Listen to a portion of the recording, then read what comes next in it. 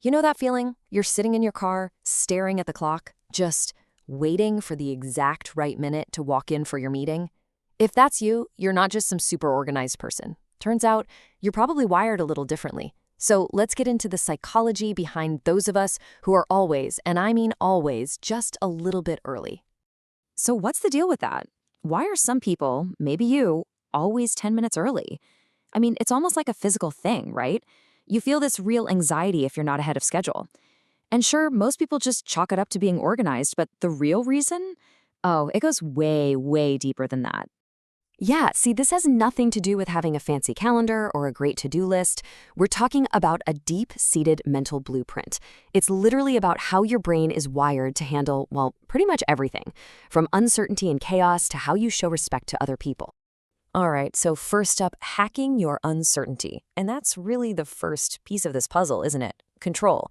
For people who are always early, just being on time is not good enough. No, they have this need to get ahead of time, to basically hack the whole idea of uncertainty before it can even become a problem.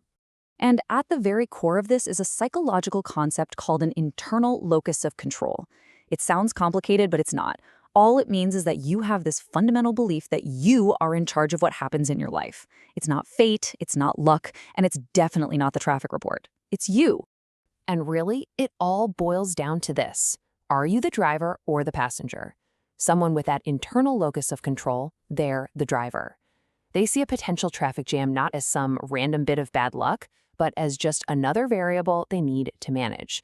So what do? They act. They leave earlier. They refuse to let their peace of mind be a victim of chance. And that's it, right there.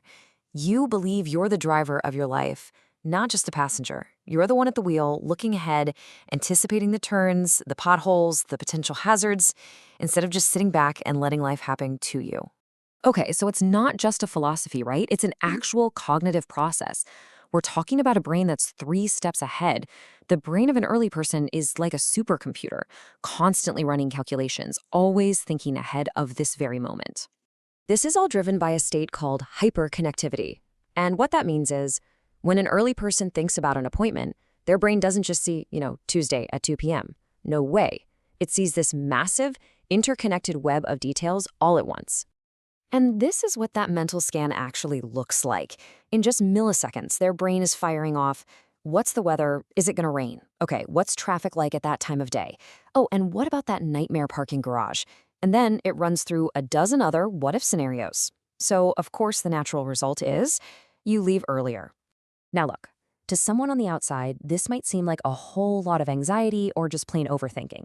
But from a psychological standpoint, it's actually a sign of something called high cognitive complexity.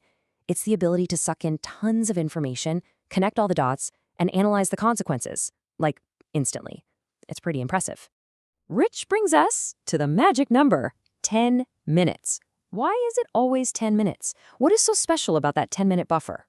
Well, let me tell you, it's not just about avoiding the stress of being late. It's about gaining a huge psychological edge. See? That buffer time? It's not dead time. It's an active state. There's this Japanese habit of observing before acting, and it's exactly that. You're not just scrolling on your phone, you're scanning the environment. You're sensing the vibe of the room. You're processing the entire picture before you even have to say a word. And think about the difference that makes. Everyone else rushes in totally frazzled with all this mental noise, the stress from traffic, the panic of finding a parking spot.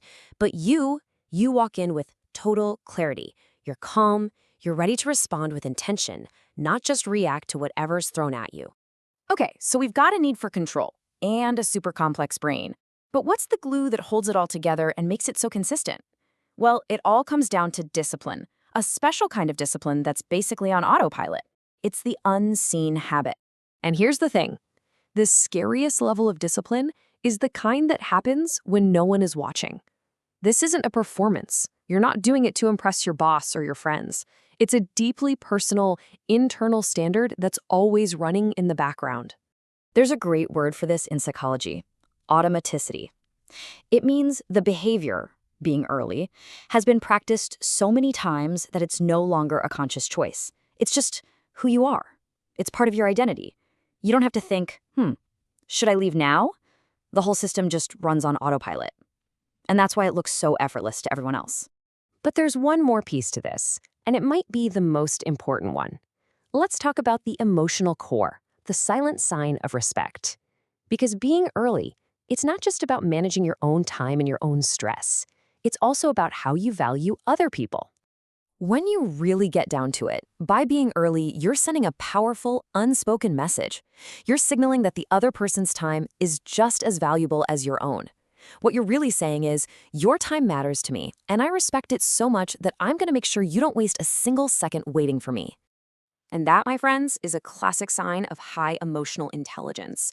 It's that ability to understand and manage emotions, not just your own, but to recognize them in others. You get that showing up early isn't just about logistics. It's an emotional gesture. It's all about consideration and respect. It's really that simple. Being early is a silent way of saying, you matter. It's a profound, simple gesture that tells someone they're a priority in your world. So let's bring it all together. The early bird's advantage. If you're that person who's always sitting in your car a few minutes before you need to be somewhere, don't ever think it's weird. As we've just seen, being early is actually a sign of some incredibly powerful hidden strengths. I mean, look at this personality blueprint. You've got deeper awareness. You have stronger self-regulation. You've got high cognitive complexity, high emotional intelligence, and that all-important internal locus of control. See, you're not just early. You are fundamentally wired to be 3 steps ahead of the game. So it all leaves us with one final question to ponder. In a world that feels so chaotic and reactive all the time, is being early a hidden superpower? Maybe this simple habit of being 10 minutes early is one of the most powerful tools you've got. Something to think about, right?